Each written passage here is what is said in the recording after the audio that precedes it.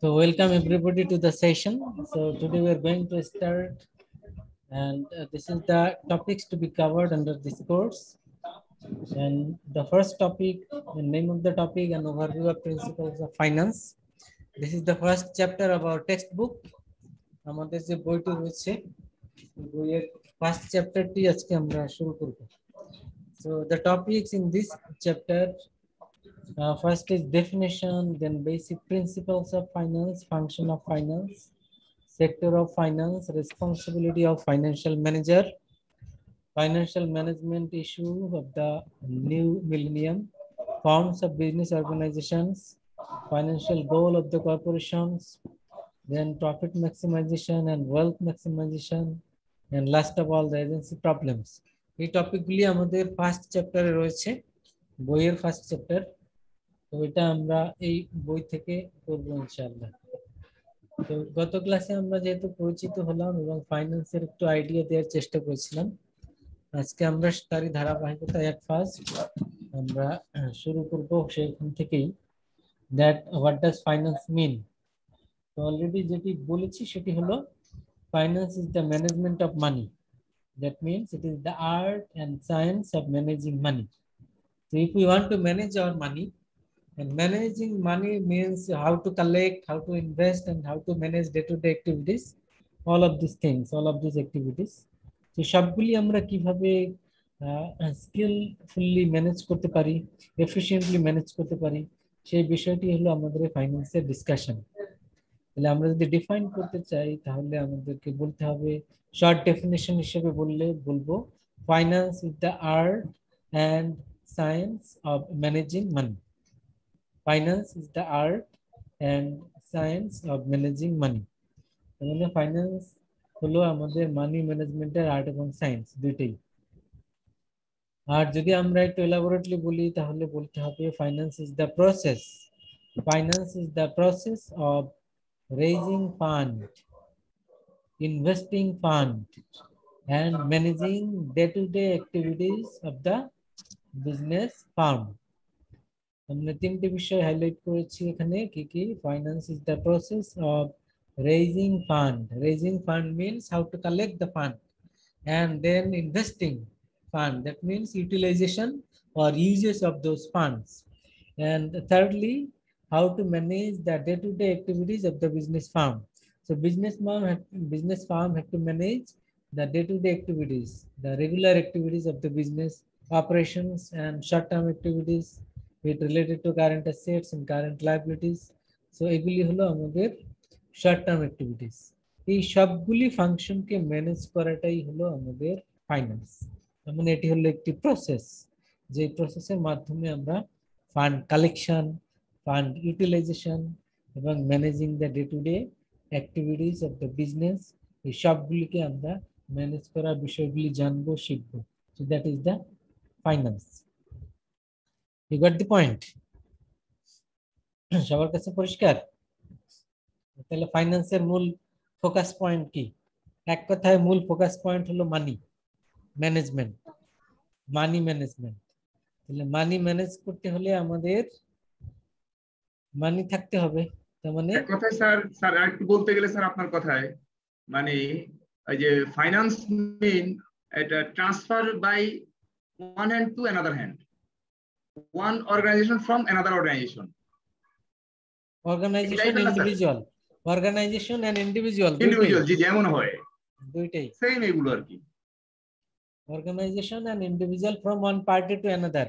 জি জি জি তার মানে আপনার এখন ওয়ান পার্টি, এখানে দুইটা পার্টি ওই সেন্সে বললে, একটা পার্টি হলো হু হ্যাভ সারপ্লাস ফান্ড, যাদের বেশি আছে, আর একটা পার্টি হলো who have shortage of fund, যাদের কম আছে।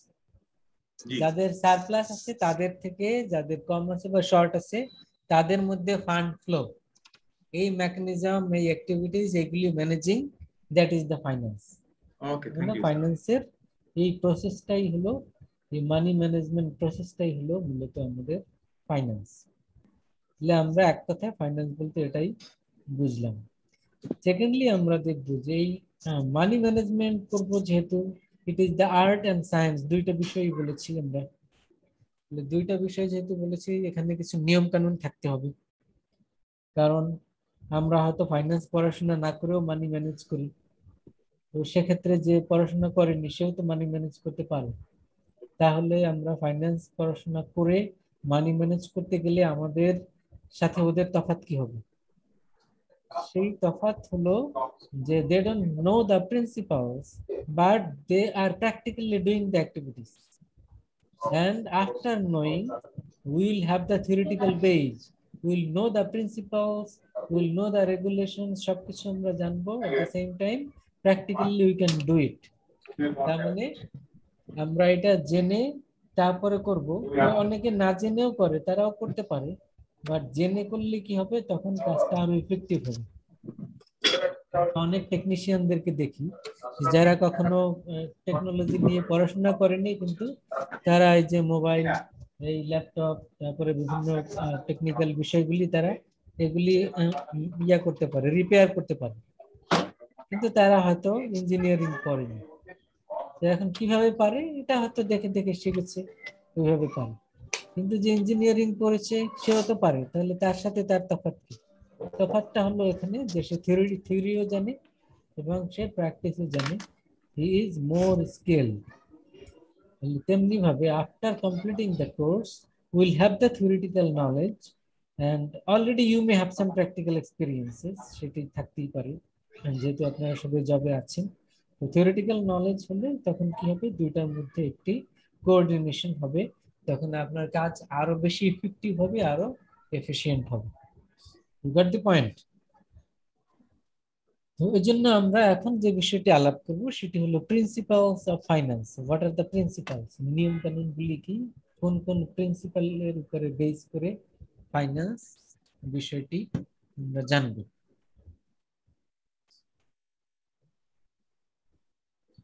তো ফাইন্যান্সের অনেক প্রিন্সিপালই রয়েছে, তার মধ্যে একটি সবচেয়ে বড় বা ওয়েল নন প্রিন্সিপাল হলো টাইম ভ্যালু অফ মানি।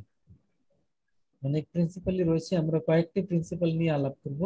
এর মধ্যে একটি ওয়েল নন, ওয়েল মানে ওভার ইউজড প্রিন্সিপাল হলো time value of money. Time value of মানিটা কি? টাইম ভ্যালু অফ মানি হলো money is losing its purchasing power day by day. The value of money today is not same the value of money after one day, after 1 month, after 1 year. আজকের যে value, এটা কিন্তু 1 বছর পরে এই মানির value same নয়। কেন নয়? Because you know that there is inflation in our economy. এই ক্যাপিটালিস্টিক ইকোনমিতে দেয়ার ইজ অ্যান ইনফ্লেশন, আর যেখানে ইনফ্লেশন থাকে সেখানে মানির পারচেজিং পাওয়ার কমে যায়। এ কারণে আজকের 100 টাকা আগামীকালের 100 টাকা সেম না। তাহলে এই বিষয়টি না বুঝলে আমরা ফাইন্যান্স বুঝবো না, এটা একটি প্রিন্সিপাল। এই প্রিন্সিপালটি আমাদের সবাইকেই বুঝতে হবে। যাদের অলরেডি ধারণা আছে ফাইন, না থাকলেও এখন সবাই বুঝে নেন যে আজকের 100 টাকা এবং আগামীকালের 100 টাকা সমান না। কেন না? Because money is losing its purchasing power. এখন পারচেজিং পাওয়ার কেন কমে যাচ্ছে? Because of inflation. ইনফ্লেশনটা কি? ইনফ্লেশন হলো ইকোনমিরই একটি কনসেপ্ট, ইকোনমিক্সের একটি কনসেপ্ট, যেখানে আমরা জানি এই যে জিনিসপত্রের দাম বেড়ে যাওয়া অথবা purchasing power of money decreasing, ক্রয় ক্ষমতা কমে যাওয়া, জিনিসপত্রের দাম বেড়ে যাওয়া বা প্রাইস হাইক। একদিকে জিনিসপত্রের দাম বেড়ে যাওয়া এভাবে বলতে পারি, অথবা আমাদের মানের ক্রয় ক্ষমতা, জি, পারচেজিং পাওয়ার কমে যাওয়া, এটাই হলো ইনফ্লেশন।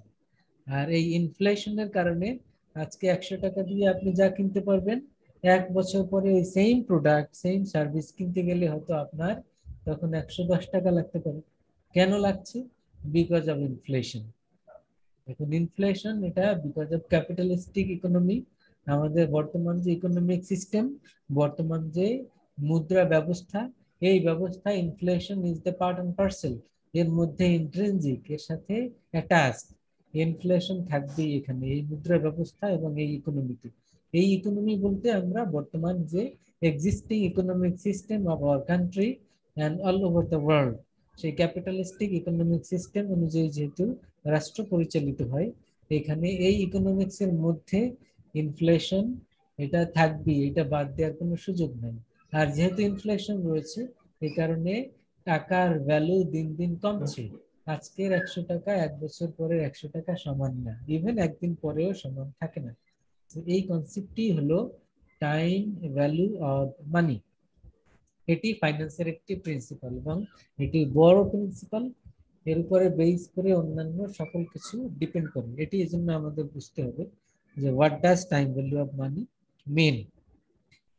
সেকেন্ডলি আমরা অ্যানাদার প্রিন্সিপাল নিয়ে কথা বলবো, সেটি হলো principle of risk and return. তার মানে যেহেতু আমরা মানি নিয়ে কথা বলছি, মানি ম্যানেজমেন্ট নিয়ে কথা বলছি, we need to think about the return and risk. কারণ আমরা এই মানির যখন ব্যবহার নিয়ে বলছি, ইনভেস্টমেন্ট নিয়ে বলছি, we need to think about from where we are getting more, after investing from where we are getting মোর। কোথায় ইনভেস্ট করলে আমরা রিটার্ন বেশি পাবো, মানে রিটার্ন ইজ এ ফ্যাক্টর। আর যে কোনো জায়গাতেই আবার আমরা ইনভেস্ট করতে পারবো না, বিকজ দেয়ার ইজ রিস্ক। এই কারণে risk and return it is also the principal of finance. তাহলে এক্ষেত্রে নিয়মটি কি?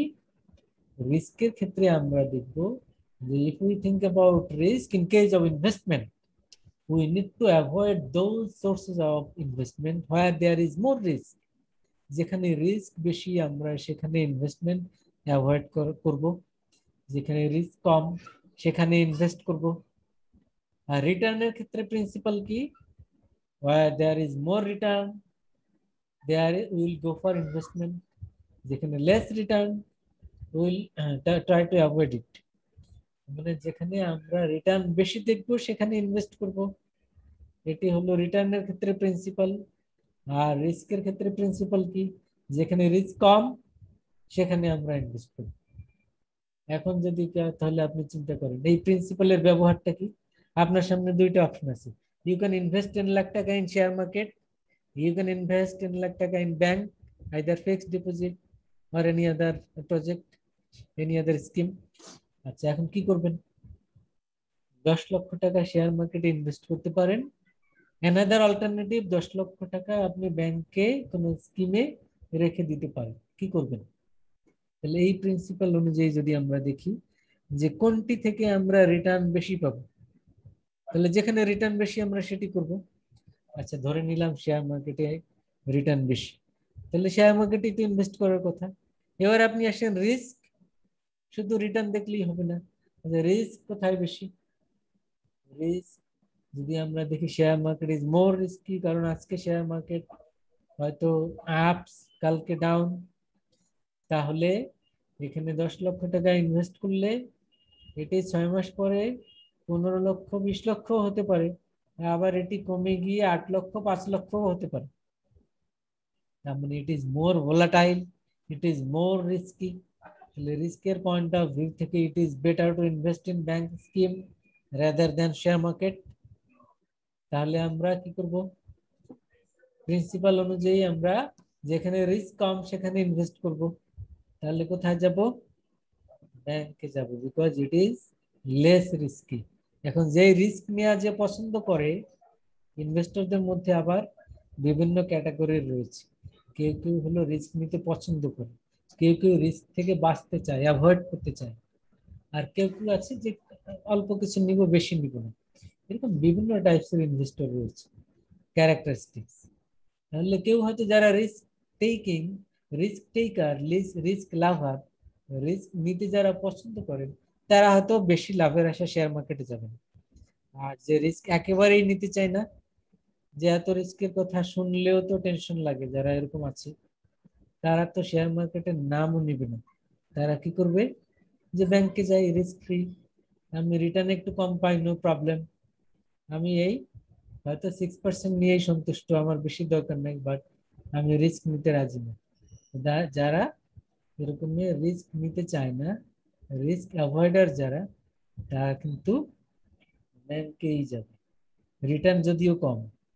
তাহলে রিটার্নের দিক থেকে কিন্তু আবার তার ব্যাংকে যাওয়ার কথা ছিল না, যেহেতু আবার সে রিস্ক নিতে চাচ্ছে না, এই কারণে ব্যাংকে যাচ্ছে। তো this is the risk and return principle. তাহলে আমরা প্রিন্সিপালটা কি জানলাম? রিস্কের ক্ষেত্রে যেখানে কম সেখানে ইনভেস্ট করব, রিটার্নের ক্ষেত্রে যেখানে বেশি সেখানে করব। This is the another principle of finance. বুঝছেন সবাই? Yes, sir. Achha, another principle now we'll talk about, that is the profitability and liquidity. Liquidity and profitability. আচ্ছা, লিকুইডিটি কি? এটা অনেকে যারা ব্যাংকে আছেন খুব ভালো করে জানেন। ব্যাংকে আছেন না এখানে অনেকে? জি স্যার। লিকুইডিটি কি বলেন তো? লিকুইডিটি তো ব্যাংকের তারল্য যেটা আর কি, এটার যে ক্যাশ এর যে অ্যাভেলেবিলিটি। Cash availability, good. তাহলে available cash or availability of cash is the liquidity. এখন আমরা জানি যে ক্যাশ যদি আমার হাতে থাকে, অ্যাভেলেবল থাকে, I am more liquid. No cash or cash crunch, that is called liquidity crisis. তার মানে আপনার হাতে টাকা আছে বা আপনার ব্যাংকে টাকা আছে, তার মানে লিকুইডিটি আছে। নাই, তার মানে লিকুইডিটি ক্রাইসিস। কাস্টমাররা এসে টাকা তুলতে এসে ফেরত যাচ্ছে, তার মানে you are in liquidity crisis. আপনি পাবেন অনেক ব্যাংক এরকম রয়েছে, so they are in liquidity crisis. Recently অনেকগুলি ব্যাংকের নাম এসেছে যারা লিকুইডিটি ক্রাইসিসের মধ্যে আছে, ক্যাপিটাল ক্রাইসিসের মধ্যে আছে। ক্যাশের মধ্যে। তো এখন এই যে লিকুইডিটি, এটি এবং প্রফিটেবিলিটি দুইটি বিষয় বলেছি।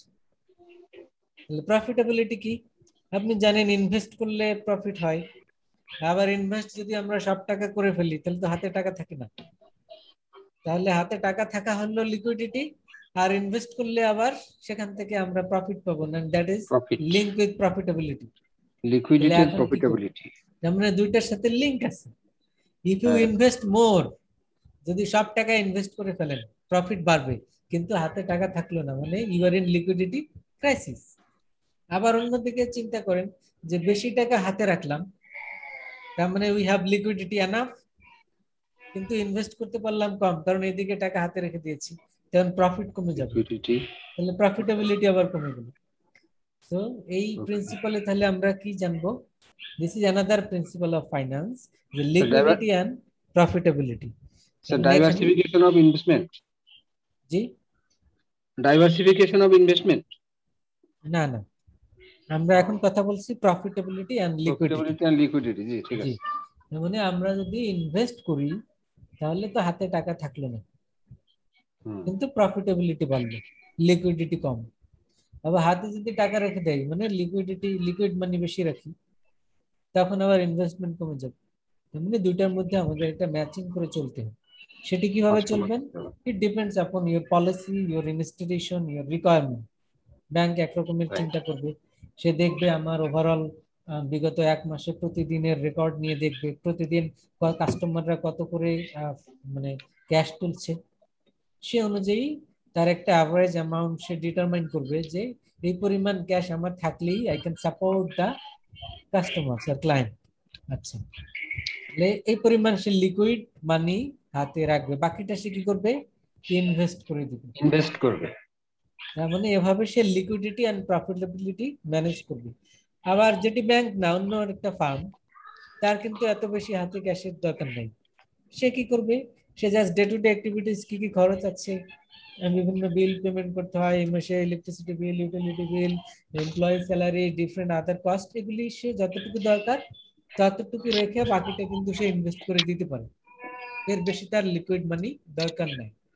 মানে based on your reality you will determine your amount of liquidity, কি পরিমাণ লিকুইডিটি দরকার সেটি এভাবে ডিটারমাইন করা যাবে, এবং বাকিটা আমরা হয়তো ইনভেস্ট করে দিতে পারি। So this is the principles of liquidity and profitability. G sir. এরপরে অ্যানাদার টপিক বা অ্যানাদার প্রিন্সিপাল আমরা আলাপ করব, সেটি হলো প্রিন্সিপালস অফ ডাইভার্সিফিকেশন। ডাইভার্সিফিকেশন কি? যে আমরা যখন ইনভেস্ট করতে যাব, আমরা যাতে কোনো পার্টিকুলার সেক্টর বা একটি জায়গাতে ইনভেস্ট না করি। মানে diversification of fund. G, fund বলেন, ইনভেস্টমেন্ট বলেন, যেভাবেই বলেন, ইনভেস্টমেন্ট বলি। জি, তাহলে একই জায়গাতে ইনভেস্ট করলে there is a chance of loss. আর যদি আমরা কয়েকটি জায়গাতে ইনভেস্ট করি, সব জায়গায় তো আর একই সাথে লস হওয়ার কথা না। টু ম্যানেজ দ্য রিস্ক আমরা কি এই কাজটি করতে পারি যে আপনি 10 লাখ টাকা একটি জায়গাতে ইনভেস্ট না করে দুইটি তিনটি জায়গাতে যদি আপনি ফান্ড ভাগ করে আপনি অ্যালোকেট করে ইনভেস্ট করেন, সেক্ষেত্রে কোনো একটি জায়গাতে লস হলেও so you can overcome, you can make up by other return. অন্য যেগুলি থেকে আপনি আবার রিটার্ন পাচ্ছেন সেখান থেকে কিন্তু আপনি এটাকে অফসেট করতে পারেন, এটাকে মেক আপ করতে পারেন।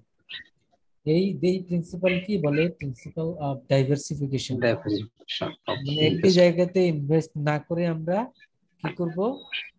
বিভিন্ন জায়গায় কয়েক জায়গায় করব, different sector, different sources. Objective হলো টু মিনিমাইজ দ্য রিস্ক।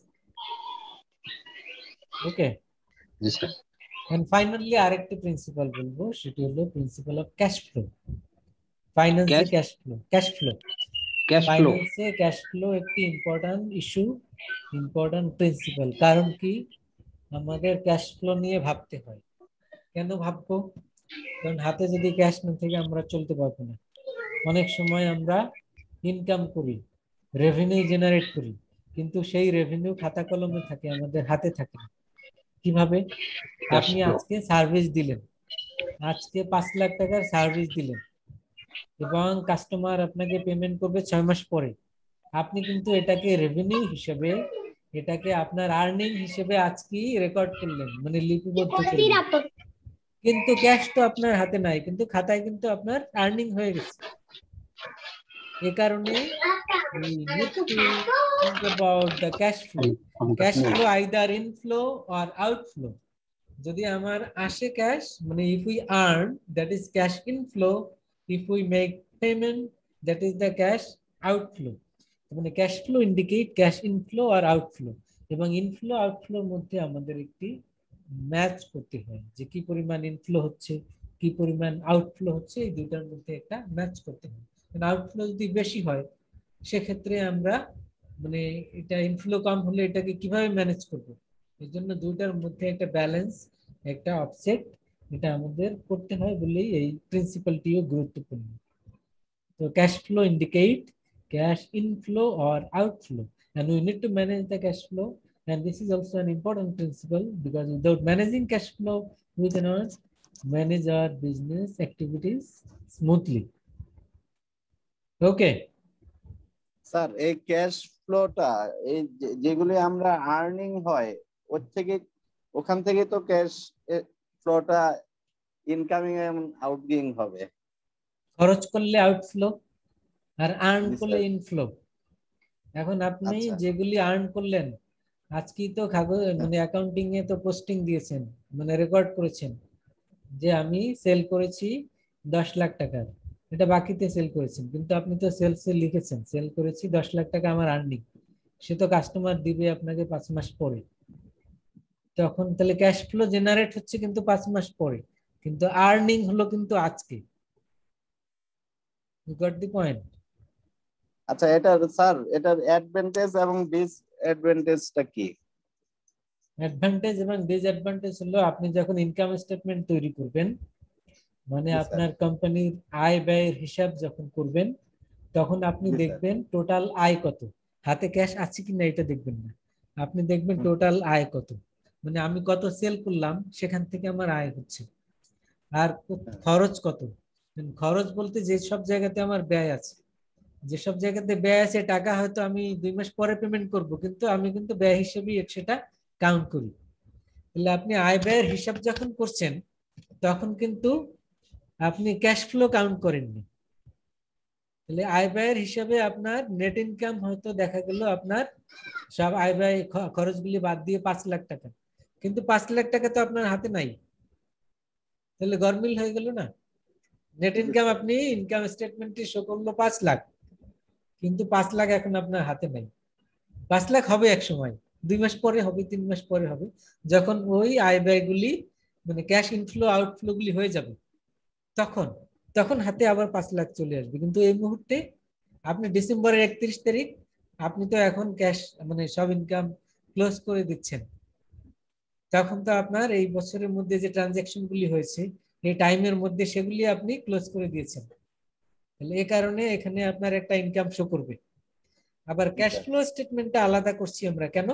কারণ এখানে ইনকাম যেটা শো করছে ক্যাশ, সেটা আমার নাও হতে পারে, সেমও হতে পারে, আবার কমও হতে পারে, নাও হতে পারে। এই জন্য আলাদাভাবে cash flow is also important. না স্যার, এই যে আমাদের দেখলাম যে 2020 সালের ফিনান্সিয়াল স্টেটমেন্ট হয়েছে, ওখানে তো ব্যালেন্স শিট থাকে, প্রফিট এন্ড লস থাকে, সেই সাথে আবার আপনার ক্যাশ ফ্লোটাও করা থাকে। তখন আমি ক্যাশ ফ্লোটা ওইভাবে ভালোভাবে বুঝি নাই, এর জন্য একটু বেশি করে জিজ্ঞেস। ক্যাশ ফ্লো আলাদা হবে কেন করলো সেটাই তো বিষয়। যেখানে আপনি তো ইনকাম বের করলেন, আবার ক্যাশ ফ্লো কেন বের করলাম? কারণ income doesn't mean you have this liquid amount in hand. এটা আপনার হাতে এই টাকা আছে যে এটা সবসময় ইন্ডিকেট করে না।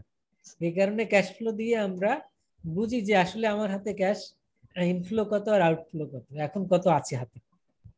এবং সেই ক্যাশ ফ্লো যেটা নেট ক্যাশ ফ্লো, এটাই ব্যালেন্স শিটের ক্যাশ অ্যামাউন্টে ওইটা থাকে।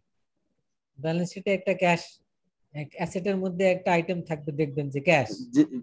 জি স্যার, এই আইটেমটা কোত্থেকে আসে? এটা হলো ক্যাশ ফ্লো স্টেটমেন্টের যেটা নেট ক্যাশ ফ্লো আপনার হাতে আছে, সেইটা হলো ব্যালেন্স শিটের ওই ক্যাশ ফিগারটা, সেটা হলো ওই ফিগারটা। ওকে, জি স্যার।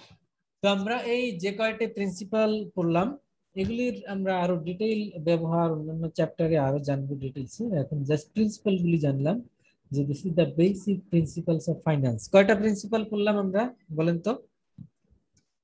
চারটা স্যার। কি কি?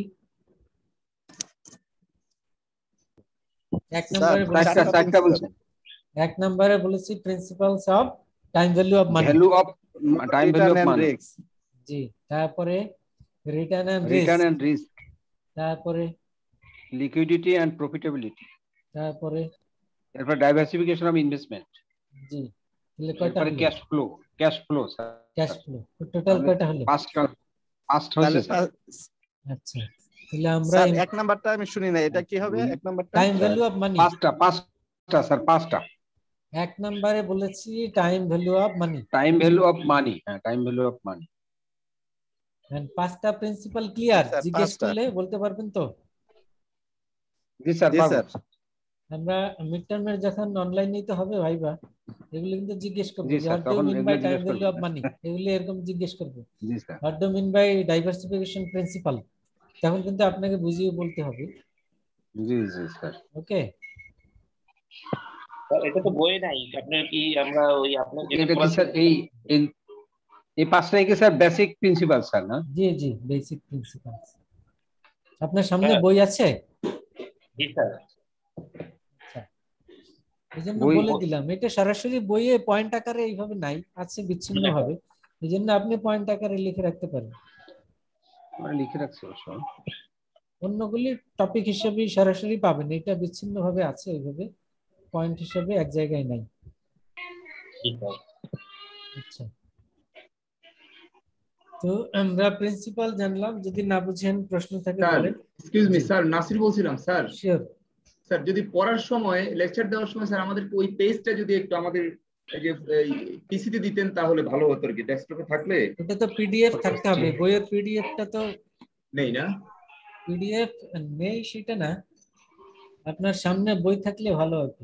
জি জি, বই তো নেই, এই কারণে স্যার বই আমরা ম্যানেজ করবো আর কি স্যার, ইনশাআল্লাহ তাড়াতাড়ি।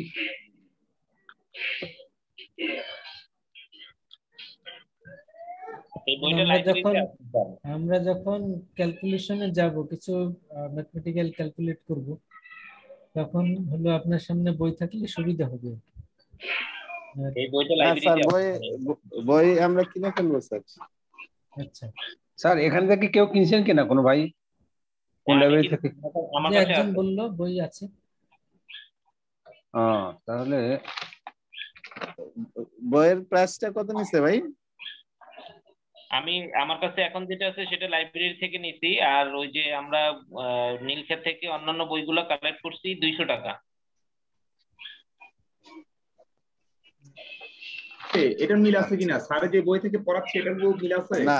এটা তো 14 এডিশন স্যারেরটা। 14?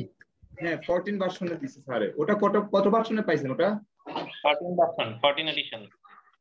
14 এ তো মিলে যাবে স্যারের সাথে, ঠিক আছে। এটা अवेलेबल আছে মার্কেটে।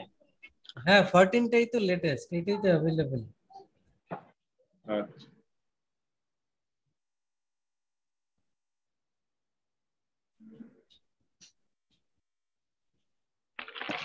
আচ্ছা আপনাদের সুবিধা মতো কালেক্ট করেন, আমরা হয়তো আগামী ক্লাসের মধ্যে ট্রাই করেন।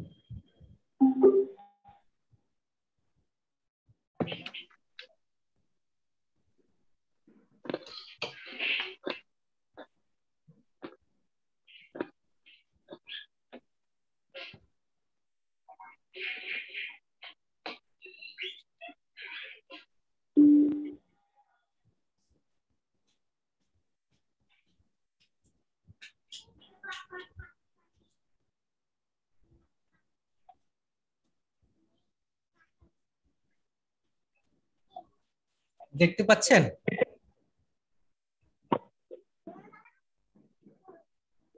সবাই কি জি দেখতে স্যার, পাচ্ছেন? জি স্যার দেখা যাচ্ছে। আচ্ছা, আমরা এবারে জি স্যার, তাহলে জি স্যার, নতুন জি এই এখন এখন আসছে। নতুন টপিকে যাচ্ছি, জেনারেল এরিয়াজ অফ ফাইন্যান্স। যাদের সামনে বই আছে তারা এখানে ওপেন করলে পাবেন, এটা আমি শো করছি।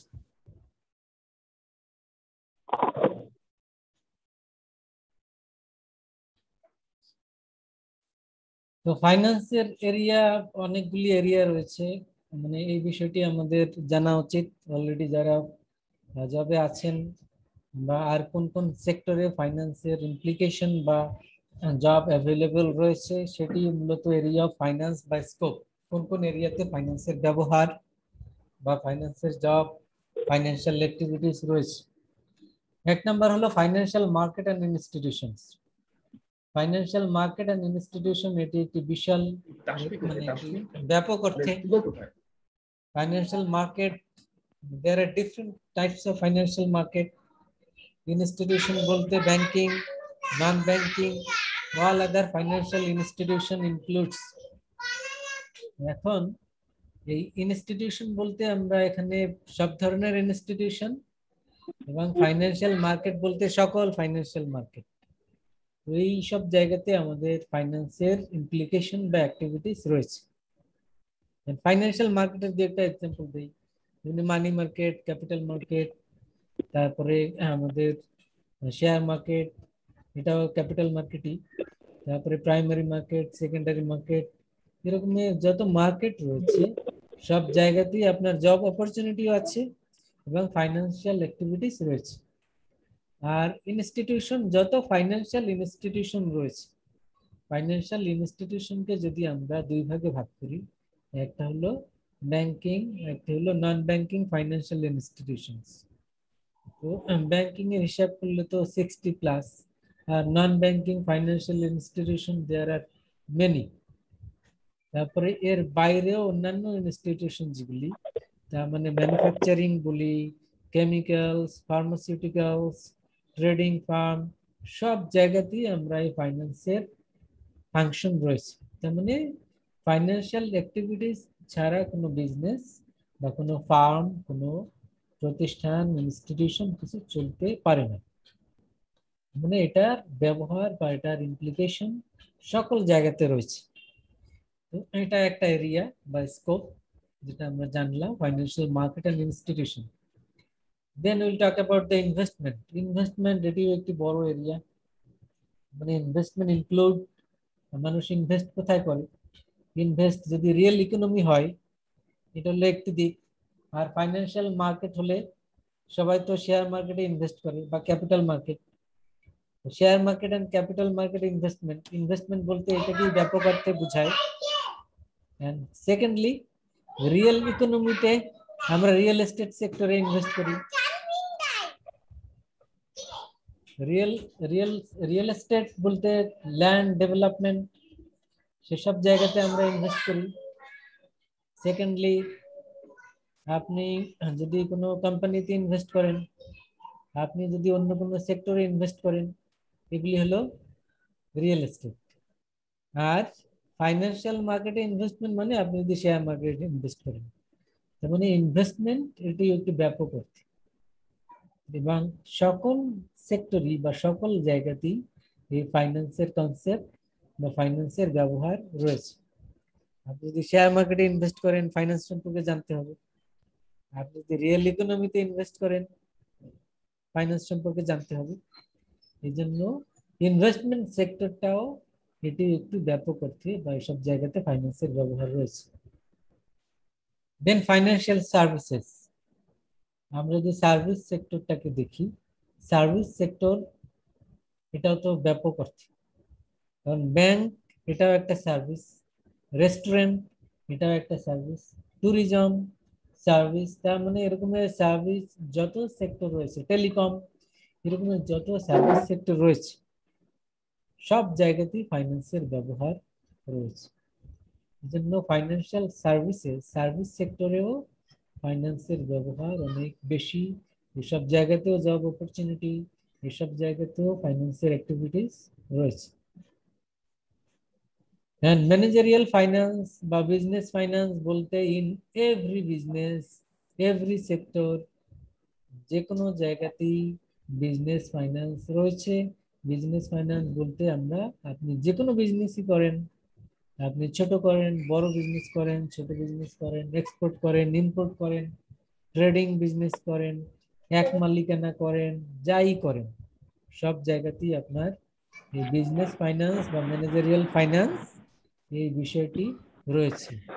তার মানে আপনার ফান্ড কোত্থেকে আসবে এগুলি নিয়ে চিন্তা করতে হয়, ফান্ডের ব্যবহার নিয়ে চিন্তা করতে হয়। তো that is the business finance. তাহলে বিজনেস ফাইন্যান্স ছাড়া কোনো বিজনেসই চলতে পারে না। তো দিস ইজ দ্য এরিয়া। এই কারণে আমরা এই সেক্টরগুলি বা পার্টিকুলার ইস্যুগুলি সম্পর্কে জানলাম যে বিজনেসের ফাইন্যান্সের ব্যবহার রয়েছে কোথায় কোথায়। Okay, general areas of finance, this are the areas. মানে এখানে আমাদের আপনার বিজনেস সেক্টরে সব এরিয়াই চলে এসছে, আর কিছু বাকি নেই, যে সব এরিয়াই এর সাথে এর মধ্যে ইনক্লুড।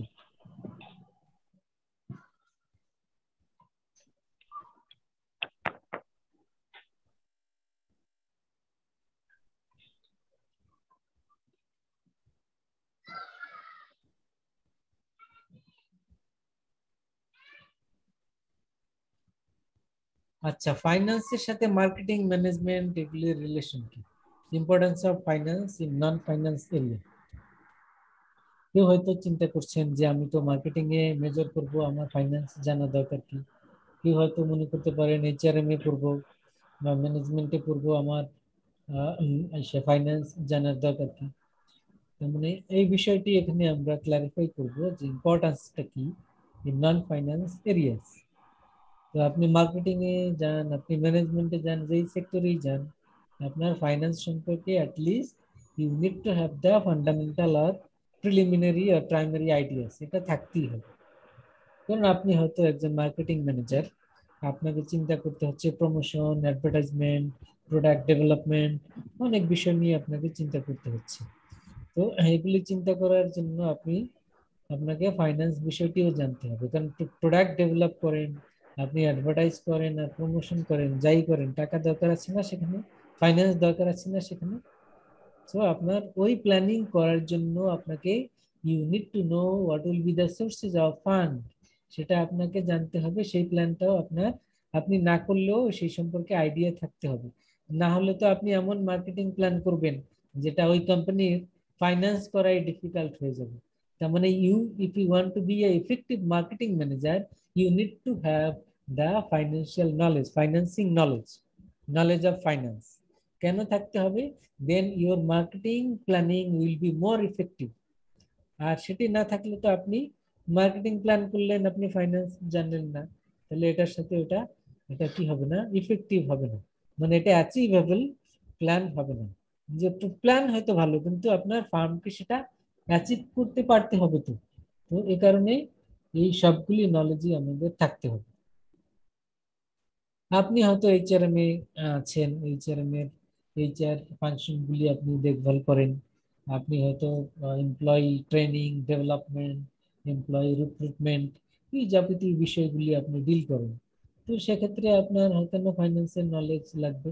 হ্যাঁ অবশ্যই লাগবে, কারণ আপনি কতজন এমপ্লয়ি রিক্রুট করবেন, সেই পরিমাণ এমপ্লয়িকে আপনার স্যালারি পেমেন্ট করার মতো ফাইন্যান্সিয়াল ক্যাপাবিলিটি রয়েছে কিনা সেই বিষয়টি তো আপনার জানতে হবে। না হলে তো লোক দরকার, আপনি শুধু লোক নিয়োগ দিবেন আর তাদের স্যালারির বিষয়টি ভাববেন না। এই কারণে আপনি ম্যানেজমেন্টে থাকেন অথবা এইচআরএম এ ম্যানেজ করেন, যাই করেন, you need to know the finance. Okay yes sir. সবাই,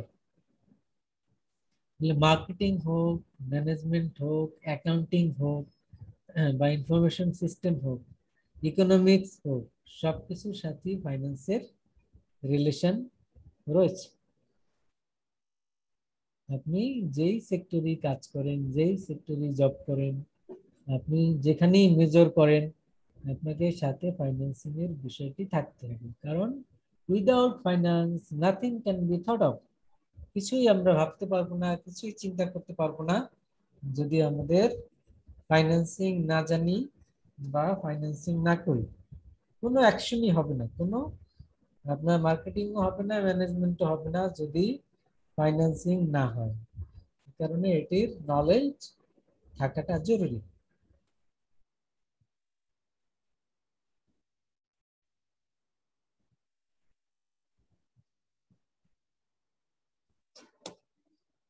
আচ্ছা, এবারে আমরা যেটি আলাপ করব সেটি হলো alternative forms of business organisation.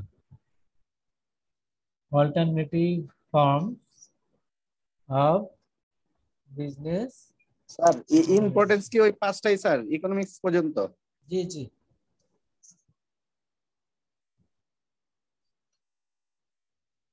Business অর্গানাইজেশনের ডিফারেন্ট ফর্ম সে সম্পর্কে আমাদের আইডিয়া থাকতে হবে। যে আমরা যদি বিজনেস করতে চাই, অনেকে হয়তো আমরা না জেনে বলি হ্যাঁ আমি একটা ব্যবসা করব। আচ্ছা, ব্যবসা করতে হলে তো কোন ধরনের ব্যবসা, আমার সেই ক্যাপাসিটি আছে কিনা, তো সেই বিষয়গুলি জানতে হবে। বিজনেস করব বললেই হবে না। তো অনেক লোক আছে দেখবেন যে যে টাকা আছে কিন্তু বিজনেস করতে পারছে না, because they don't have the idea of business. তো আবার অনেকের আইডিয়া আছে, টাকা নাই, তার মানে সবাই সমস্যার মধ্যে আছে। তো টাকা আছে, আইডিয়া নাই, আইডিয়া আছে, টাকা নেই। এই কারণে মানে দুইটার সমন্বয় থাকতে হবে, কম্বিনেশন বা কোঅর্ডিনেশন থাকতে হবে। এখন আপনার হাতে ফাইন্যান্সিং আছে, ধরে নিলাম ফাইন্যান্সিং রয়েছে। এখন ফাইন্যান্সিং থাকলে তো you need to make a plan of business. Business plan করবেন, কোন ধরনের বিজনেস সে সম্পর্কে তো আইডিয়া থাকতে হবে। আমরা সেই আইডিয়া এবার নিব। প্রথমেই দেখবো যে এক ধরনের বিজনেস আপনি করতে পারেন, সেটিকে বলা হয় প্রোপ্রাইটরশিপ। প্রোপ্রাইটরশিপ, তো প্রোপ্রাইটরশিপটা কি? এক মালিকানাধীন বিজনেস। এটাকে বলে এক মালিকানা। আপনি একজন, আপনি সব, you are all in on, আপনি সবকিছু। বিজনেস আপনি করবেন, নিজেই ম্যানেজ করবেন, লায়াবিলিটি আপনার, রিস্ক আপনার, সবকিছু আপনার। হলো সোল প্রোপ্রাইটরশিপ। দেন পার্টনারশিপ। পার্টনারশিপ তো আমরা বুঝি যেখানে more than one person jointly making the business, সেটি হলো পার্টনারশিপ। সবাই এখানে পার্টিসিপেট করবে, সবাই লায়াবিলিটি নিবে, সবাই ক্যাপিটাল কন্ট্রিবিউট করবে, এগুলি হলো পার্টনারশিপ। আরেক ধরনের বিজনেস আপনি করতে পারেন, সেটি হলো কর্পোরেশন, বা অন্যভাবে বলতে পারি কোম্পানি। কোম্পানিও বলতে পারি, কর্পোরেশনও বলতে পারি। কর্পোরেশন এটা কোন ধরনের বিজনেস? এটি হলো you will form a company, একটি কোম্পানি তৈরি করবেন এবং কোম্পানির নামে বিজনেস হবে, আপনার নামে না। আপনি এবং কোম্পানি হবেন আলাদা। কোম্পানি আগে ফর্ম করতে হবে, ওর আলাদা একটা নাম থাকবে এবং তার কত ক্যাপিটাল সেগুলি আগে সব রেডি থাকবে, ওর প্ল্যান থাকবে, এবং ওই কোম্পানির নামে তখন আপনি বিজনেস অপারেট করবেন। আপনি হয়তো এর এমপ্লয়ি বা এর ওনার হিসেবে কাজ করবেন, বাট কোম্পানি তার নিজস্ব নামেই চলবে। ওকে, তাহলে কোম্পানিটা কি? তাহলে company is a separate legal entity. কোম্পানিকে বলা হচ্ছে company is the separate legal entity এবং অ্যাকর্ডিং টু কোম্পানি ল 1994 মানুষ এটি আইন তৈরি করে একটি ল তৈরি করেছে যেখানে কোম্পানিকে আলাদা একটি সত্তা আলাদা একটি এন্টিটি হিসেবে তাকে এই রাইটস দেওয়া হয়েছে যে কোম্পানি তার নিজস্ব নামে অপারেট করতে পারবে বা চলতে পারবে একজন মানুষ যা যা করতে পারবে কোম্পানিও তার নিজস্ব নামে তাই তাই করতে পারবে এই সিস্টেমকে বলে কোম্পানি বা কর্পোরেশন বুঝছেন তাহলে আমাদের দেশে যদি আমরা দেখি কোন ধরনের বিজনেস সবচেয়ে বেশি ফার্মস প্রোপ্রাইটারশিপ আমরা দেখি যে ছোট বিজনেস চিন্তা করলে এটা মুদির দোকান এগুলি হলো সব কি প্রোপ্রাইটারশিপ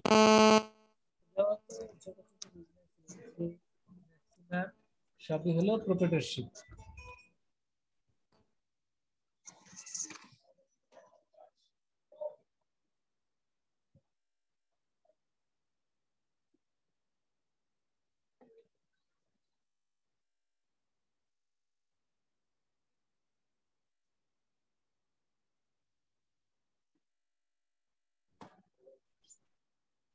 তো যত ছোট বিজনেস ম্যাক্সিমাম হলো কর্পোরেশন সরি প্রোপ্রাইটারশিপ আর যত বড় কোম্পানিগুলি আমরা দেখি এগুলি হলো কর্পোরেশন এবং যদি আপনি এক মালিকানা বা প্রোপ্রাইটারশিপ এই বিজনেস করতে চান সেক্ষেত্রে কি করতে হবে you need to have a trade license trade license নিয়ে আপনাকে এই বিজনেস করতে হবে আপনি যদি পার্টনারশিপ করতে চান সেক্ষেত্রে আপনাকে পার্টনারশিপ রেজিস্ট্রেশন করা যায় রেজিস্ট্রেশন না করেও করা যায় রেজিস্ট্রেশন করলে সুবিধা না করলেও অসুবিধা নাই পার্টনারশিপ করা যাবে বিজনেস করা যাবে কর্পোরেশন যদি করতে চান রেজিস্ট্রেশন করলে স্যার এটা লিগ্যাল সাপোর্ট পাওয়া যায় কোনো পার্টনারদের মধ্যে কোনো দ্বন্দ্ব বা অস্বচ্ছতা দেখা দিলে এটা লিগ্যাল সাপোর্ট পাবে আর রেজিস্ট্রেশন না থাকে তখন এটা লিগ্যাল সাপোর্ট জি পাবে জি না জি এজন্য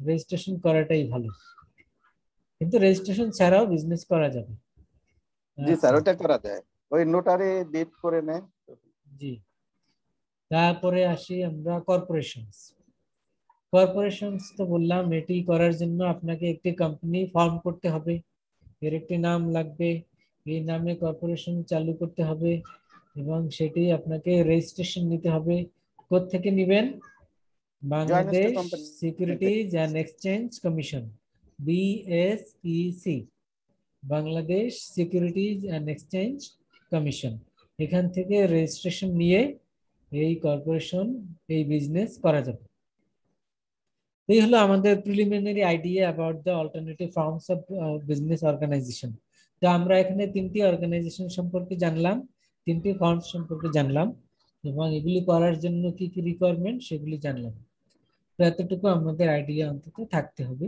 যে what are the different forms of business organization আর ডিটেইলস বইয়ে আরো আছে এর সুবিধা অসুবিধা এগুলি আপনারা বইয়ে পাবেন এগুলি জানার জন্য পড়ে নেবেন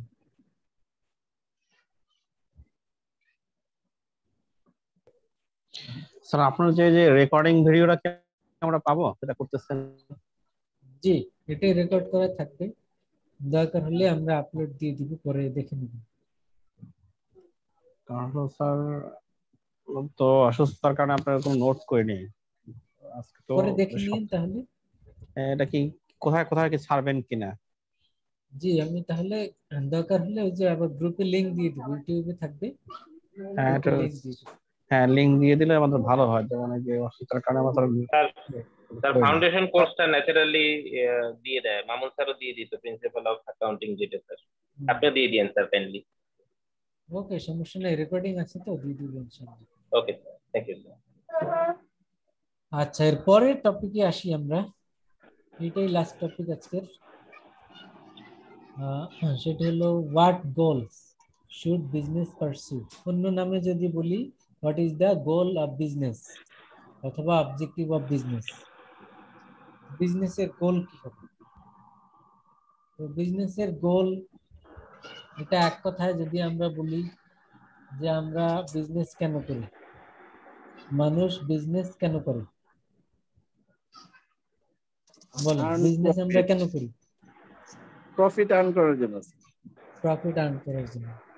তো প্রফিট আর্ন করব কিন্তু লিগ্যাল ওয়েতে হতে হবে, যেটা বিজনেসের ডেফিনিশন। জি, লিগ্যাল ওয়েতে। Any effort to make profit, any legal effort হতে হবে। তো এখন এটা আমরা যেহেতু করব প্রফিট আর্ন করার জন্য, তাহলে বিজনেসের অবজেক্টিভ অবশ্যই প্রফিট আর্ন করা, সেটা তো আমরা না পড়েও বুঝতে পারি। তাহলে এখন প্রশ্ন হলো যে বিজনেসের তাহলে কোন গোল অ্যাচিভ করার জন্য, কোন টার্গেট অ্যাচিভ করার জন্য বিজনেস ফার্মগুলি বিজনেস করবে। তো সেটির দুইটা পয়েন্ট অফ ভিউ আছে, দুইটি দিক থেকে আমরা বলতে পারি যে ফার্মগুলি তো অবশ্যই প্রতি বছরে তার প্রফিট করতে হবে, প্রতিনিয়ত তার এই প্রফিট মেকিং এই থিঙ্কিংটি থাকতে হবে, এটি একটি দিক।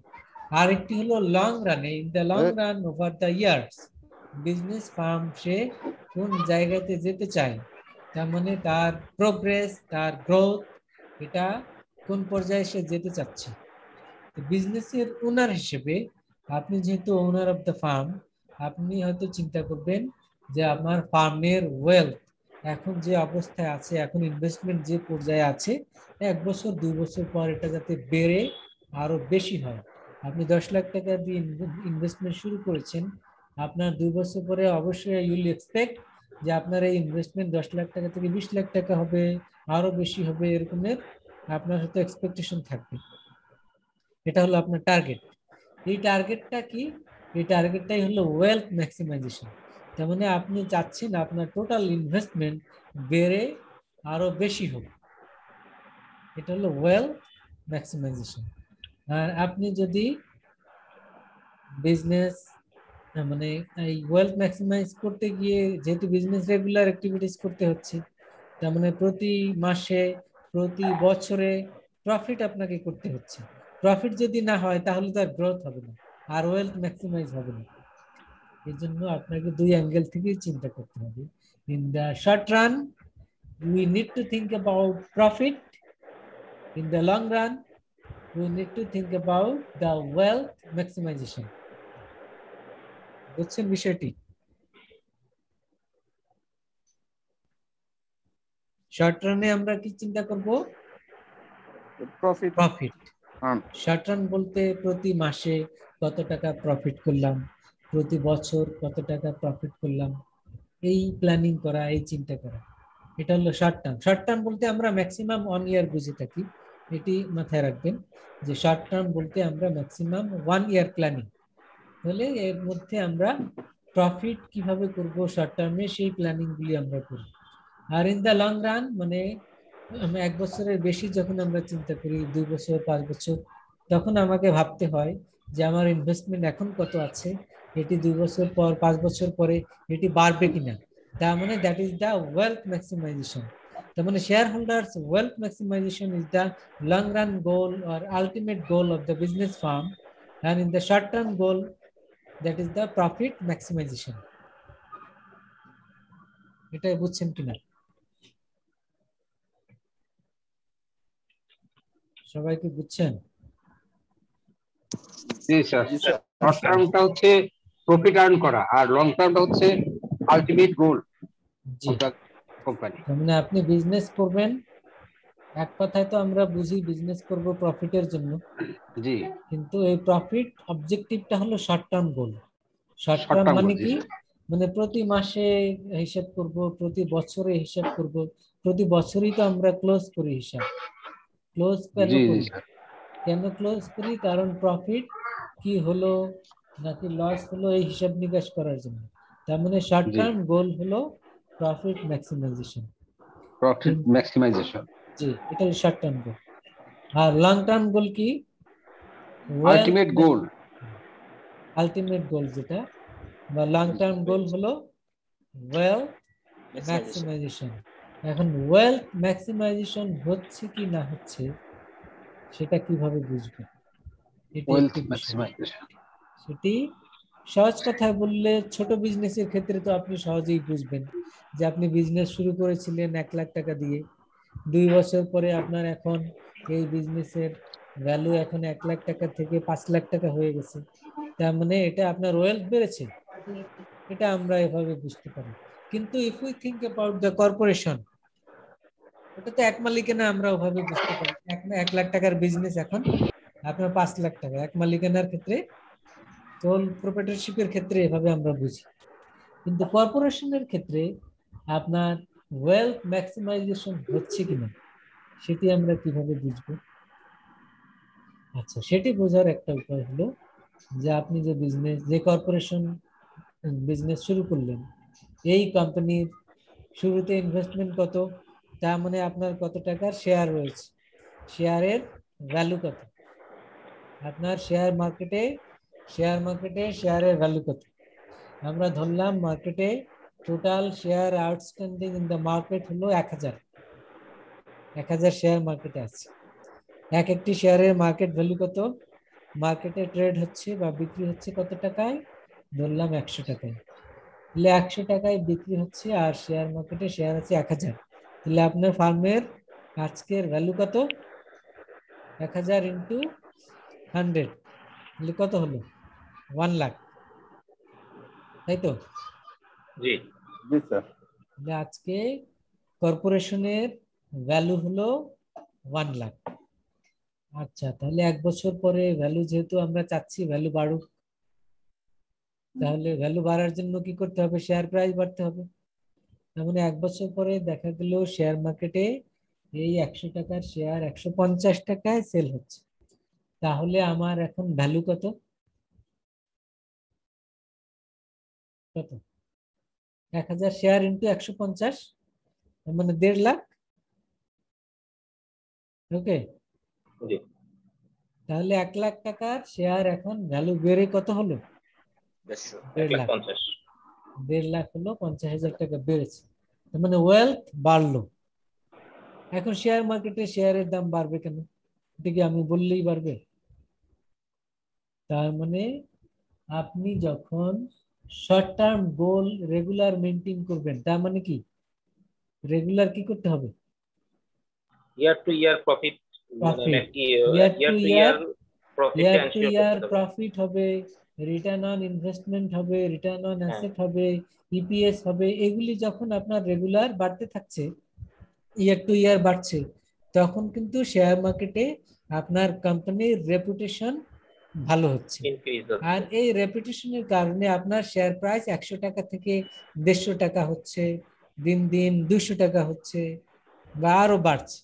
আর যখন এভাবে বাড়ছে তখন আপনি ভ্যালু ক্যালকুলেট করে কিন্তু আপনি সহজেই বুঝতে পারেন কোম্পানির ভ্যালু এখন শুরুতে ছিল 1 লাখ আর এখন হয়ে গেল সেটি 1.5 লাখ, আরো বেড়ে 2 লাখ, তো এভাবে ভ্যালু দিন দিন বাড়ছে।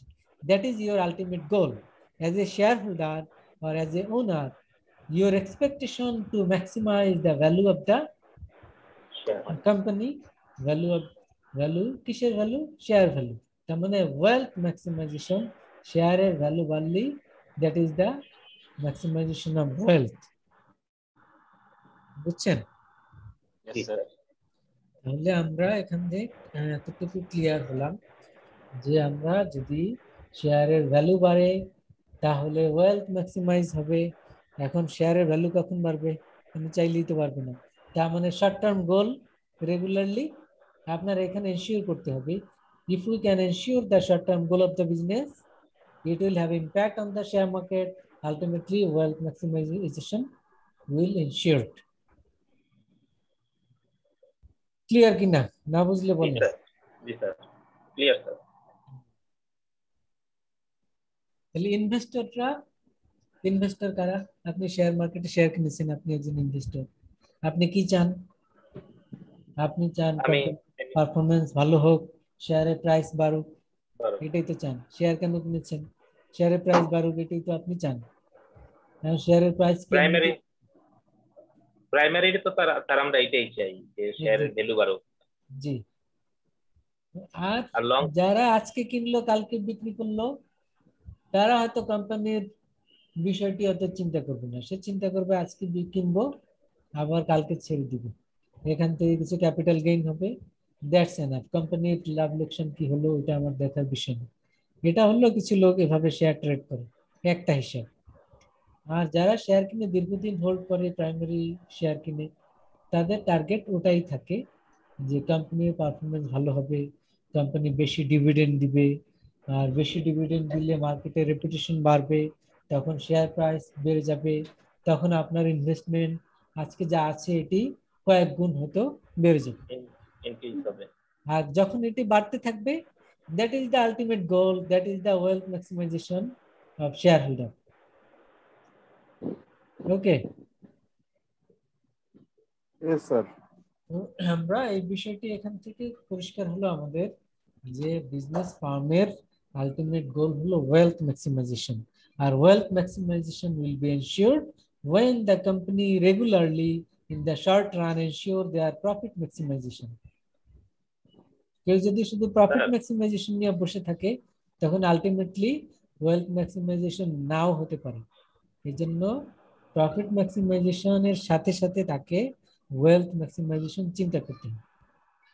জি বলেন। একটা প্রশ্ন করবো স্যার? শিওর। এটা স্যার টপিক এর রিলেটেড না, এমনিতে মার্কেটে যখন স্যার শেয়ারের প্রাইস বাড়ে, স্টক এক্সচেঞ্জে যখন ট্রানজাকশন হয়, ধরেন স্যার যেটা বললেন 100 টাকা শেয়ার 150 টাকা হলো, এই প্রাইমারি শেয়ারের পরে এই ট্রানজাকশনের শেয়ারের ভ্যালু যখন ইনফ্লেশন মানে ইনক্রিজ হয়, এটা তো স্যার কোম্পানিতে কোনো হিট করে না মানে ডিরেক্টলি? এটা কি স্যার কোম্পানিতে ডিরেক্টলি কোনো বেনিফিট দেয় স্যার? কোম্পানি ডিরেক্টলি কোম্পানিতে কোনো হিট করবে না। কোম্পানি তার ব্যালেন্স শিটের মধ্যে সে যখন ইকুইটির মধ্যে লিখবে, মানে সে তার অ্যাকাউন্টিং হিসাব কিভাবে করবে, সে তার ইকুইটির মধ্যে দেখে যে কতগুলি শেয়ার মার্কেটে আছে এবং পার শেয়ার ফেস ভ্যালু 10 টাকা, 10 টাকা হিসেবে কত হয় সেটা সে লিখে। তারপরে এটি যদি সে যখন শেয়ারটা ইস্যু করেছে তখন হয়তো 100 টাকায় বিক্রি করেছে, তাহলে 10 টাকা তার ফেস ভ্যালু আর বাকি 90 টাকা প্রিমিয়াম হিসেবে সে এটা ইনক্লুড করলো। এইভাবে সে দেখায়। এখন মার্কেটে যদি শেয়ারের প্রাইস বাড়ে এবং তার ইম্প্যাক্ট যদি কোম্পানিতে পড়ে, কোম্পানিতে ইম্প্যাক্টটা কিভাবে পড়বে, মানে কোম্পানির সরাসরি কিন্তু ব্যালেন্স শিটে কোনো চেঞ্জ আসছে না। না, কোম্পানির চেঞ্জ ব্যালেন্স শিটে আসবে যদি তার প্রফিট বেশি হয়। প্রফিট যদি বেশি হয় তাহলে তার ইম্প্যাক্ট গিয়ে তার ব্যালেন্স শিটে পড়বে, তার অ্যাসেটের পরিমাণ বাড়বে এবং এই অ্যাসেটের পরিমাণ বাড়লে তখন সে হয়তো তার ইনভেস্টমেন্টে বাড়বে। তো এইভাবে ইম্প্যাক্ট করবে। কিন্তু শেয়ার মার্কেটে ইম্প্যাক্ট করবে আপনি মানে যারা শেয়ার হোল্ডার, তো শেয়ার হোল্ডার সে আপনি শেয়ার কিনেছেন, আপনি একজন শেয়ার হোল্ডার, আপনি কোম্পানির ওনার। তো আপনার দুই দিক থেকে আপনি মানে আপনি যদি বিষয়গুলি বুঝেন তখন আপনি মানে এক্সপেরিয়েন্স শেয়ার হোল্ডার হন। আপনি চিন্তা করবেন যে কোম্পানির অবস্থা কি আর এই যে মার্কেটে শেয়ারের অবস্থা কি। এখন এখানে দুইটা দিক, যে শেয়ার প্রাইস যে বাড়তেছে, এই শেয়ার প্রাইস বাড়াটা আসলে সাস্টেইনেবল কিনা। সাস্টেইনেবল কখন হবে? কোম্পানির প্রফিট যদি বাড়তে থাকে ওইদিকে, তখন যে কোম্পানির ভ্যালু বাড়তেছে, তাহলে কোম্পানির ভ্যালু কিভাবে আমরা বের করব সেটি হয়তো পরে আমরা শিখবো। যে কোম্পানির যে শেয়ার 10 টাকা ফেস ভ্যালু, এই ফেস ভ্যালু 10 টাকার শেয়ার মার্কেটে কত দামে বিক্রি হওয়া উচিত, এটি একটি হিসাব, এটিকে বলে ভ্যালুয়েশন। আচ্ছা, এটা ক্যালকুলেশন আছে, সেটি আপনারা যখন শিখবেন তখন জানবেন। সেটি আমরা হয়তো ফর এক্সাম্পল ক্যালকুলেট করে বললাম যে 10 টাকার শেয়ার এটি মার্কেটে বিক্রি হওয়া উচিত মনে করেন 45 টাকায় ফর এক্সাম্পল। এটি কিভাবে বললাম 45 টাকা? ক্যালকুলেট করে বললাম, এর ফর্মুলা আছে। তো এখন আমরা দেখব যে 45 টাকায় যদি মার্কেটে বিক্রি হয় তাহলে দিস ইজ রাইট, ওকে, ঠিক আছে। আর যদি বেশি কম হয় তার মানে দেয়ার ইজ সামথিং রং। তাহলে এখন আপনি খোঁজ নিয়ে দেখলেন এই শেয়ার 10 টাকার শেয়ার মার্কেটে 45 টাকায় বিক্রি হওয়ার কথা, কিন্তু এখন মার্কেট প্রাইস কত? আজকে খোঁজ নিয়ে দেখলেন এটি বিক্রি হচ্ছে 60 টাকায়। তাহলে এখন তো আপনি চিন্তা করবেন, আচ্ছা 60 টাকায় বিক্রি হচ্ছে, কালকে আবার 70 টাকায় বিক্রি হচ্ছে, এর দাম তো হয় 45 টাকা, তাহলে এত টাকায় কেন বিক্রি হচ্ছে? তার মানে this is not right, there is something wrong in the capital market. এবং যে কোনো সময় এটি ফল করতে পারে, ফল করবে কোথায়? 45-এ তো আসতেই হবে, যেহেতু এর ম্যাক্সিমাম ভ্যালু 45। তো এটা হলো একটা হিসাব। তো এখন এই হিসাব যে বুঝবে না, সে তো 60 টাকা হয়েছে সে কিনবে, পরের দিন 70 টাকা হয়েছে কিনবে, পরের দিন 90 টাকা হয়েছে কিনবে, পরের দিন যখন 100 টাকায় কিনতে যাবে তখন দেখা যাবে হঠাৎ করে 90 টাকার শেয়ার 45 টাকায় চলে আসছে, তখন সে হাই হাই করবে। তো কারণ ওর তো দাম আসলে 45 টাকাই ছিল, এই আর্টিফিশিয়াল দাম বাড়ানো হয়েছে। এটা হলো একটা হিসাব। তো এর জন্য যে বললাম যে কোম্পানির উপরে ইম্প্যাক্ট কি পড়বে, কোম্পানি শুধু দেখবে তার ফেস ভ্যালু কত এবং 10 টাকা, আর এটি মার্কেটে বিক্রি হওয়া উচিত কত, মার্কেটে বিক্রি হওয়া উচিত কত সেই ভ্যালুয়েশন করে কোম্পানি দেখবে। কিন্তু কোম্পানি যদি দেখে যে তার ভ্যালুয়েশনের চেয়ে ওভার ভ্যালুয়েশন, মানে এর চেয়ে বেশি দামে বিক্রি হচ্ছে, তখন সে এটার কন্ট্রোল করার চেষ্টা করবে, লাগাম টানার চেষ্টা করবে, কারণ এটা ফল করলে আবার কোম্পানির রেপুটেশনের সমস্যা হতে পারে। এই জন্য সে এটাকে মেকানিজমে যাবে, হয়তো সে নিজেই এই শেয়ারগুলি কন্ট্রোল করার চেষ্টা করবে, নিজের শেয়ার নিজে কিনবে, বা বিভিন্ন মেকানিজম আছে। আর যদি দেখা যায় কোম্পানি দেখে যে আমার শেয়ার তো 45 টাকায় বিক্রি হওয়ার কথা, আমি ভ্যালুয়েশন করে দেখলাম আমার 10 টাকার শেয়ার 45 থাকার কথা, কিন্তু মার্কেটে বিক্রি হচ্ছে 30 টাকায়, কেন 30 টাকায় হচ্ছে?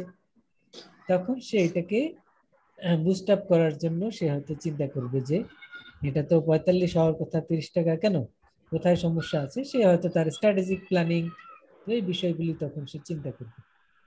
সো কোম্পানির ইম্প্যাক্টটা হলো এভাবে। কিন্তু আজকে দাম বাড়লো কালকে দাম বাড়লো, এটা সরাসরি কোম্পানিতে ইম্প্যাক্ট ফেলে না। ওকে, তো আমরা তাহলে এই যে wealth maximisation ultimate goal of the business farm, এই পর্যন্ত আমরা আজকে ডিসকাশন রাখলাম। যদি কোনো প্রশ্ন থাকে, কমেন্ট থাকে, শেয়ার করার কিছু থাকে বলতে পারেন। স্যার এমনিতে যে ইয়ার এন্ডে যখন আমরা ব্যালেন্স শিট দেখি একটা কোম্পানির স্যার, জি, তখন ওই ব্যালেন্স শিটে যদি কোম্পানির ব্যালেন্স শিট আমরা যখন পাই, যে কোম্পানি যখন ব্যালেন্স শিট দেয়, ওই ব্যালেন্স শিটে যদি আমরা কোম্পানির পার শেয়ারের ভ্যালু পার্সেন্টেজে বেশি হয়, সেক্ষেত্রে কি কোম্পানির ভালো আমরা ধরে নিব স্যার, যদি ইপিএস ভালো হয়? ইপিএস, জি, ইপিএস যত বাড়ে সেটি কোম্পানির আপাত দৃষ্টিতে ভালো ফাইন্যান্সিয়াল স্ট্রেংথ ইন্ডিকেট করে। কিন্তু এখানে যারা অ্যানালিস্ট তারা হয়তো বুঝবে যে ইপিএসটা যে বেশি হচ্ছে, এটা কি আসলেই তার সেই ফাইন্যান্সিয়াল সাউন্ডনেস সেটা আছে কিনা, নাকি এটা উইন্ডো ড্রেসিং, মানে এটা দেখানো হয়েছে, নাকি আসলেই তার সেই ক্যাপাসিটি আছে। যেমনি এখন দেখবেন এই এবছরের ফার্স্ট কোয়ার্টারে বাংলাদেশের ব্যাংকগুলি প্রফিট অনেক বেশি শো করেছে, বেশি দেখিয়েছে। তো এটা নিয়ে অনেক আলোচনা হয়েছে যে ব্যাংকগুলির করোনা প্যান্ডেমিকের মধ্যে এত বিজনেস ভালো হওয়ার কথা ছিল না, তাহলে কিভাবে ফার্স্ট কোয়ার্টারে ব্যাংকগুলির প্রফিট বেশি হলো। তো তখন সে যে বিষয়টি বেরিয়ে এসছে যে ব্যাংকগুলি কিন্তু প্রভিশন রাখতে হয়, লোন লস প্রভিশন, তার মানে তার লসের অ্যাগেনস্টে প্রভিশন রাখতে হয়, ক্লাসিফাইড লোনের অ্যাগেনস্টে। এটি আবার কোন ধরনের লোন, তার যদি ব্যাড ডেট হলে 100% রাখতে হয়, এটি হলো সাবস্ট্যান্ডার্ড হলে 50%, এরকম বিভিন্ন ক্যাটাগরি আছে। এখন সেটি যখন রাখা হয়নি, তার মানে আপনার এখানে প্রফিট বেড়ে গেছে, কারণ আপনার তো গ্রস প্রফিটের একটা অ্যামাউন্ট প্রভিশন হিসেবে রাখা দরকার ছিল, সেটি রাখা হয়নি। কেন? সেটি যে আবার ব্যাংকগুলি ইচ্ছে করে রাখেনি তা না, যে গভর্নমেন্ট যেহেতু বলেছে আচ্ছা যারা লোন ডিফল্টার হিসেবে যারা মানে অনেকদিন ইনস্টলমেন্ট দিতে পারছে না, এদেরকে আপনারা সুযোগ দেন, তাদের জন্য সুযোগ দেওয়া হয়েছে 6 মাস থেকে বাড়িয়ে ডিসেম্বর পর্যন্ত বাড়ানো হয়েছে। এ কারণে এগুলিকে ব্যাড লোন হিসেবে দেখানো হয়নি, যেহেতু আমরা এটাকে ক্লাসিফাই করিনি, এ কারণে আপনার প্রভিশন হিসেবেও ফান্ড রাখা হয়নি এর এগেইনস্টে। এ কারণে ব্যাংকের প্রফিট বেশি হয়েছে। কিন্তু আর বেশি প্রফিট হলে তো আপনার ইপিএস বাড়বে, return on equity, return on asset এগুলি বাড়বে স্বাভাবিক। কিন্তু এই বাড়াটা এটা অনেকটা আর্টিফিশিয়াল, অনেকটা কোম্পানির ফাইন্যান্সিয়াল সাউন্ডনেস ইন্ডিকেট করে না। কারণ এটা বুঝবে যারা হয়তো এটা নিয়ে অ্যানালাইসিস করবে, গবেষণা করবে তারা। কিন্তু জেনারেল ইনভেস্টর তারা তো ইপিএস দেখেই মনে করবে যে হ্যাঁ কোম্পানির মানে ইপিএস বাড়ছে তার মানে কোম্পানির অবস্থা ভালো, কিন্তু সবসময় ইপিএস বাড়লেই যে ভালো হবে not necessary. You got the point? জি স্যার। স্যার লাস্ট একটা যে সকালের ক্লাসে ক্লিয়ার হতে পারি নাই স্যার, এটা রিলেটেড স্টক প্রাইসটা বলতে আমরা কি বুঝি স্যার? জি, stock price. Stock price, stock price বলতে share price, share price, per share price sir. Share price. Thank you sir. মার্কেটে যেই দামে শেয়ার বিক্রি হয়, মার্কেট থেকে খোঁজ নিয়ে যেটি জানা যাবে সেটি হলো stock price in the market. আর যেটি ইস্যু করার সময় যেটি থাকে সেটি হলো face value of stock. Face value of stock এখন যেহেতু কমন 10 টাকা, তো 10 টাকা হলো ফেস ভ্যালু, সকল শেয়ারের ফেস ভ্যালু 10 টাকা। আর মার্কেটে কত দামে বিক্রি হচ্ছে, that is the market price of the stock, the stock price. Okay, জি sir, thank you sir. Okay, ইনশাআল্লাহ বেস্ট অফ লাক। যদি স্যার নেক্সট ক্লাসে কোন চ্যাপ্টারটা পড়াবেন স্যার? নেক্সট ক্লাসে আমরা একটু প্রথম দিকে একটা টপিক আছে একটু রিভিউ করব 10 মিনিট, তারপরে আমরা পরের চ্যাপ্টারে চলে যাব। ওকে, হয়তো আজকে সবাই নাই, তো প্রথম 10 মিনিট আমরা একটু রিভিউ করব বা একটা টপিক বাকি থাকলে ওটা শেষ করব, তারপরে আমরা পরের চ্যাপ্টারে যাব ইনশাআল্লাহ। পরের চ্যাপ্টার কি 3 আর 5 স্যার? আউটলাইনে যেটি আছে আমাদের টপিকটা কি ছিল? 3 and 5 financial environment, time value of money, sorry financial environment second topic, বইয়ের হলো 3 and 5 এই চ্যাপ্টারের মধ্যে এই টপিকগুলি আছে। জি, ওকে ইনশাআল্লাহ। তো সবাই ইনশাআল্লাহ সুস্থতা কামনা করে আজকে শেষ করি। ভালো থাকবেন। আসসালামু আলাইকুম স্যার। আসসালামু আলাইকুম। আসসালামু আলাইকুম।